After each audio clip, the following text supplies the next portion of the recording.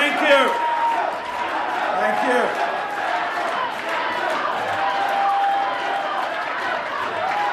Now tonight, my friends, I can report that based on the advice I have from the party officials, we can have every confidence that we will form a coalition majority government in the next parliament.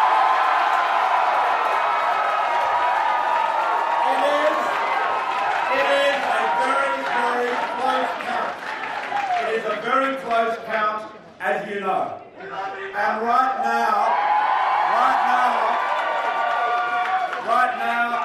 nearly 30% of the votes are yet to be counted. The pre-poll will continue to be counted until 2 a.m, but I don't suggest we should wait around for that. And then the Commissioner advises there will be no more counting tomorrow or on Monday, and they will count the postal votes on Tuesday. And we may, the final results in terms of seats may not be known until then. So we will have to wait a few days, but as my distinguished predecessor, mentor, former boss John Howard will remember,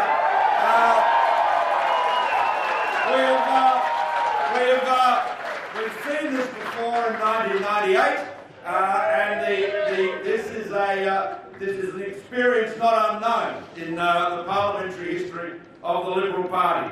And of course, the really critical thing is this, my friends: the values that we have and the policies that we brought to this election meet the challenges of our times.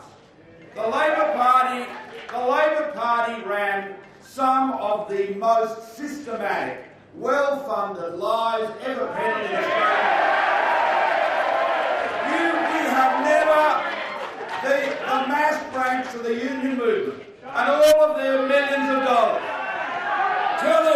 telling vulnerable Australians that Medicare was going to be privatised or sold, frightening people to death.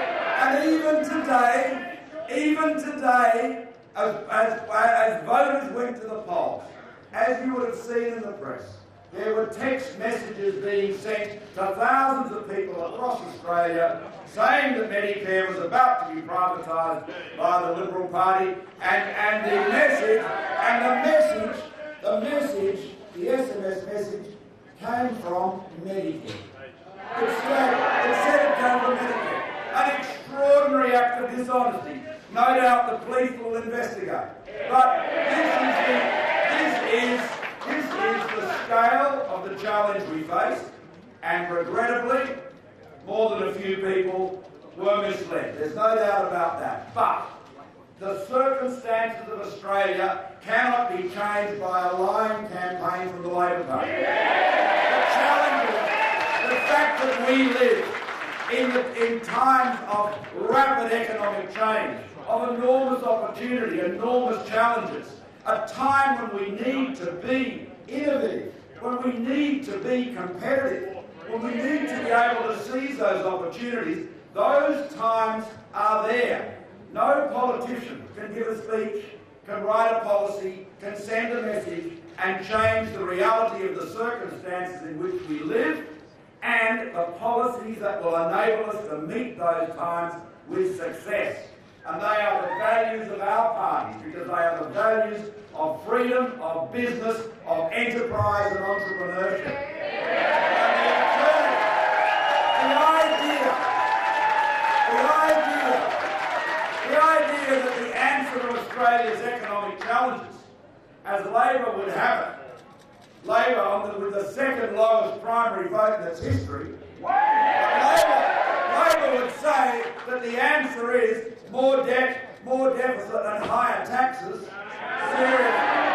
Seriously. So, my friends, I'm sure that as the results are refined and come in over the next few days with all the counting, we will be able to form that majority government. But let me say this without any fear of contradiction. The Labor Party has no capacity in this Parliament to form a stable majority government. That is a fact. Now, I want to thank the millions of Australians who have placed their trust in us, in our party, in our policies, in our candidates. I want to thank them for believing in the policies that we brought to this election. And we will continue to deserve that trust and seek to deliver those policies because they are the right ones for our times, because the alternative, my friends, is that we just fall off the back of the pack of leading nations. That is where Labor would have us. That is where Labor would have us. Higher debt, higher deficits, higher taxes. That's their formula. And that's a formula for failure. Now, I want to thank all of my colleagues, all of my parliamentary colleagues, my cabinet. I want to thank Barnaby Joyce, the Deputy Prime Minister, the Leader of the National Party. I want to thank my own Deputy, Julie Bishop, the Foreign Minister. Nobody covered more miles than her, the Treasurer, and all the other Cabinet Ministers, and all of my parliamentary colleagues. I want to thank all of our candidates right across the country. And I want to give a special shout out once again to the extraordinary performance of Julia Banks in Chisholm, in Victoria. I want to acknowledge the great work and leadership shown by the Federal Campaign Director, Tony Nutt, and our whole campaign team, and all the Liberal and National Party workers in every election, at every polling booth, often having to stand up to intimidation and threats. Indeed, I want to thank every single one of them. I want to thank my own team, led by Drew Clark and Brad Burke and Sally Cray and David Powell. Thank them for the team in the Prime Minister's office for the remarkable work they've done over this long campaign. And then, above all, I want to thank Lucy and my family, who, apart from the youngest ones, are here tonight. I want to thank them so much, because as you all know, this political business is a challenging one, and you cannot do it without the love and the commitment and the passion and the loyalty and the support of your family. And I salute you, Lucy, my children, their partners, for all of the love and support you've given me.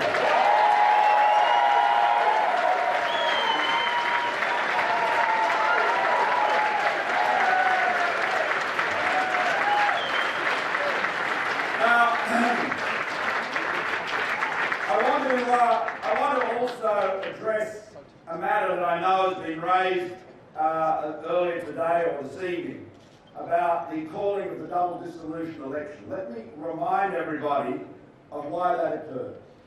That was not a political tactic. It was not designed to remove senators or get a new Senate because new senators are, better than old senators or whatever. It was simply this. We need to restore the rule of law to the construction industry. At the moment, the CFMEU has over 100 officials before the courts on more than 1,000 charges of breaching industrial law or agreements. There is a culture of thuggery and intimidation and bullying in the construction sector, which John Howard recognised years ago with the Coal Commission and set up the ABCC. Bill Shorten and Julia Gillard abolished it. The Hayden Royal Commission investigated again and made it perfectly clear that the same problems were there, only worse, and we had no choice. Well, we did have a choice. We could have just walked away and said it was all too hard and we weren't committed to our principles of cleaning up the construction industry and ensuring the rule of law applied. We could have done that. I don't think that's consistent with the values and the principles that we share and our party has, or I have. Or the alternative was to take the matter to a double dissolution so that you could present it to a joint sitting. That is the only alternative we have. So those that say we should not have called a double dissolution election are really saying we should have just let the CFMEU get on with doing what they like and do and we're not, and that is not in Australia's interest. It's not right. It's weak. We have to stand up for what is right to restore the rule of law in an industry that employs over 1 million Australians. So, the hour is late, as I said earlier, and I don't expect us to be waiting till 2 a.m. until the final 3 polls are counted. But as I said, based on the advice I have from our officials, and advisors and our strategists within the party, I am confident that we will be able to form a majority government.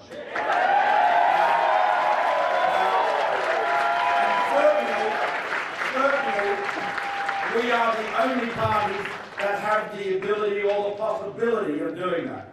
But all will depend on the counting, and we await the completion of that.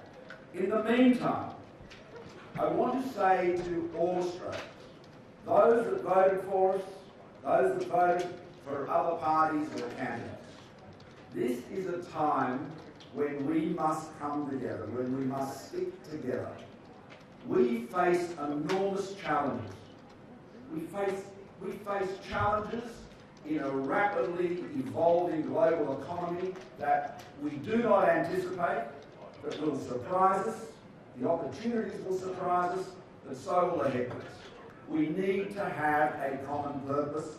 We need to have a commitment to the economic plan that sets us up for success.